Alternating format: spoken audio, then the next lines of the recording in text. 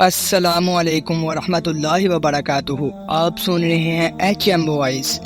حضرت ام سلمہ رضی اللہ تعالی عنہ اپنے شوہر ابو سلمہ رضی اللہ عنہ کی وفات کا واقعہ اس طرح بیان کرتی ہیں کہ وفات کے بعد میرے شوہر کی آنکھیں کھلی تھی جبکہ جسم میں حرکت نہ تھی اور نہ ہی بول سکتے تھے۔ کسی نے رسول اللہ صلی اللہ علیہ وسلم کو میرے شوہر کی اس حالت کی خبر دی تو آپ صلی اللہ علیہ وسلم ہمارے گھر تشریف لائے۔ جب نبی اکرم صلی اللہ علیہ وسلم میرے شوہر کے پاس آئے تو انہوں نے دیکھا کہ میرے شوہر کی آنکھیں کھلی ہیں، تو انہوں نے اپنے ہاتھ مبارک سے آنکھیں بند کرتے ہوئے فرمایا کہ جب موت کا فرشتہ انسان کی روح قبض کرتا ہے تو مرنے والے کی آنکھوں کی روشنی بھی روح کے ساتھ چلی جاتی ہے۔ جب نبی اکرم صلی اللہ علیہ وسلم کے منہ سے یہ الفاظ نکلے تو گھر والوں نے رونا شروع کر دیا کہ ابو سلمہ رضی اللہ تعالی عنہ اب اس دنیا میں نہیں رہے۔ آپ صلی اللہ علیہ وسلم نے فرمایا کہ مرنے والے کو ہمیشہ اچھے الفاظ میں یاد کیا کرو، کیونکہ اس وقت فرشتے پاس ہوتے ہیں۔ میت کے ارد گرد بیٹھے ہوئے لوگ جو باتیں کرتے ہیں، فرشتے ان کی باتوں پر آمین کہتے ہیں۔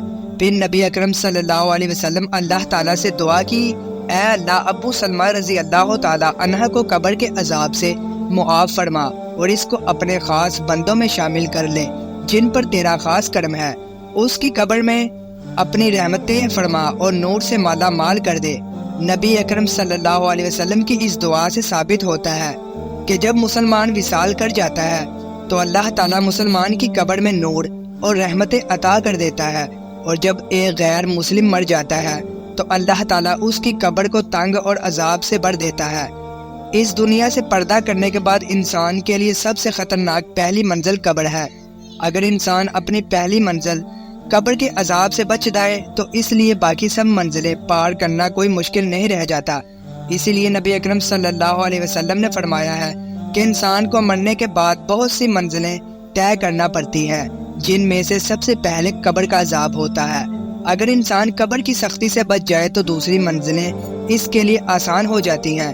ایک دفعہ نبی کریم صلی اللہ علیہ وسلم قبرستان سے گزر رہے تھے تو رسول اکرم صلی اللہ علیہ وسلم نے قبر کا عذاب بیان کرتے ہوئے فرمایا ہے کہ مجھے اگر اس بات کا ڈر نہ ہوتا کہ تم میت کو قبر میں دفن کرنا چھوڑ دو گے تو میں اپنے رب کریم سے دعا فرماتا کہ وہ آپ کو بھی قبر کے عذاب سے آگاہ کر دے، جس طرح میں سن رہا ہوں اور دیکھا رہا ہوں۔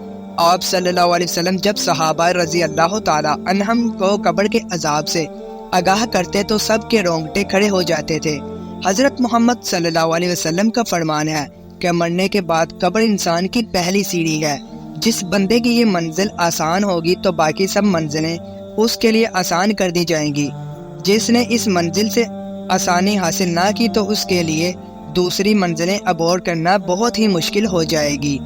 حضرت محمد صلی اللہ علیہ وسلم نے فرمایا کہ میں نے آج تک قبر سے سخت ترین منظر کبھی نہیں دیکھا۔ نبی اکرم صلی اللہ علیہ وسلم کا فرمان ہے کہ میت کو جب قبر میں داخل کر کے گھر کی طرف لوٹتے ہیں تو میت لوگوں کے چلنے کی آواز کو اچھی طرح سن رہی ہوتی ہے۔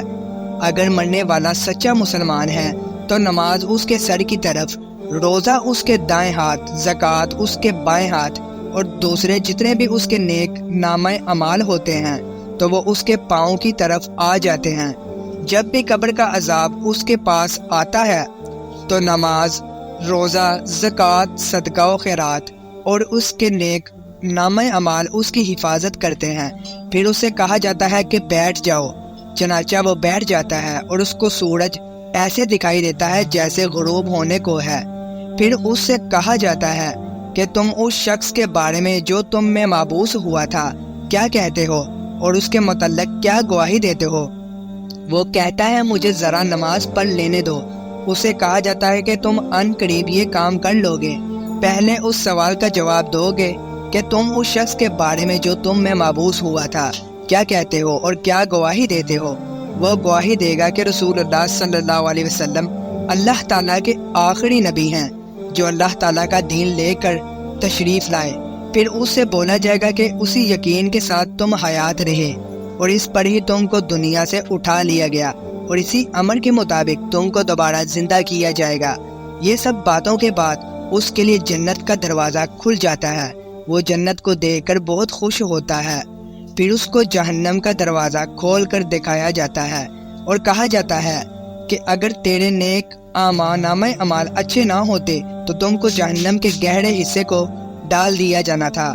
نیک بندے کی قبر کو اللہ تعالیٰ کشادہ اور نور سے منور فرما دیتا ہے، روح کو اعلیٰ قسم کا عطر لگا کر پاکیزہ جگہ پر رکھ دیا جاتا ہے۔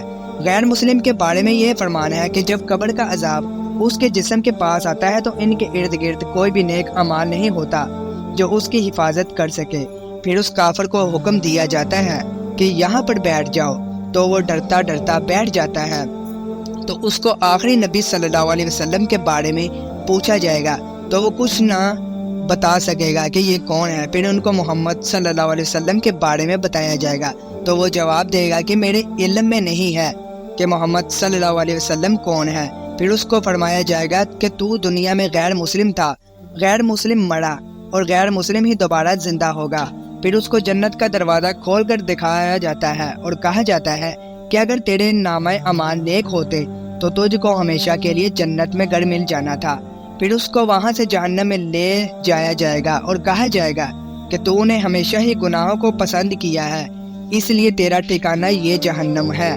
وہ جہنم کو دیکھ کر حیران ہوگا اور کہے گا کاش میرا بھی نامہ اعمال نیک ہوتا اور مجھے جنت میں داخل کر دیا جاتا۔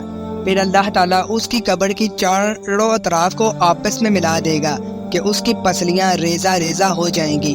اللہ تعالیٰ کا فرمان ہے کہ جو بندہ میرے بتائے ہوئے کاموں پر عمل نہیں کرے گا تو میں اس کے لیے قبر کو تنگ کر دوں گا۔ حضرت ابن عمر سے روایت ہے کہ رسول اللہ صلی اللہ علیہ وسلم نے ارشاد فرمایا، جب انسان کا انتقال ہو جاتا ہے تو اس پر صبح و شام اس کا ٹھکانہ پیش کیا جاتا ہے۔ اگر وہ اہل جنت میں سے ہے تو جنت والوں کا مقام، اور اگر اہل جہنم میں سے ہے تو جہنم والوں کا مقام اس کو دکھایا جاتا ہے۔ پھر کہا جاتا ہے کہ یہ تیرا ٹھکانہ ہے، یہاں تک کہ اللہ تجھ کو قیامت کے دن اٹھائے گا۔ اسی طرح حضرت عائشہ رضی اللہ عنہا سے روایت ہے کہ ایک یہودی عورت ان کے پاس آئی اور اس نے عذاب قبر کا ذکر کرتے ہوئے حضرت عائشہ رضی اللہ عنہا کو دعا دی، اللہ تعالیٰ آپ کو عذاب قبر سے بچائے۔ حضرت عائشہ رضی اللہ عنہا سے رسول اللہ صلی اللہ علیہ وسلم سے اس بابت سوال کیا کہ کیا واقعی عذاب قبر ہوتا ہے؟ تو رسول اللہ صلی اللہ علیہ وسلم نے فرمایا جی ہاں، عذاب قبر حق ہے۔ حضرت عائشہ رضی اللہ عنہا فرماتی ہے کہ اس کے بعد میں نے رسول اللہ صلی اللہ علیہ وسلم کو ہمیشہ دیکھا کہ ہر نماز میں عذاب قبر سے پناہ مانگتے تھے۔ اللہ پاک ہمیں قبر کی سختیوں اور عذاب سے محفوظ رکھے۔ اگر ویڈیو پسند آئے تو ویڈیو کو ضرور شیئر کیجیے، صدقہ جاریہ ہے۔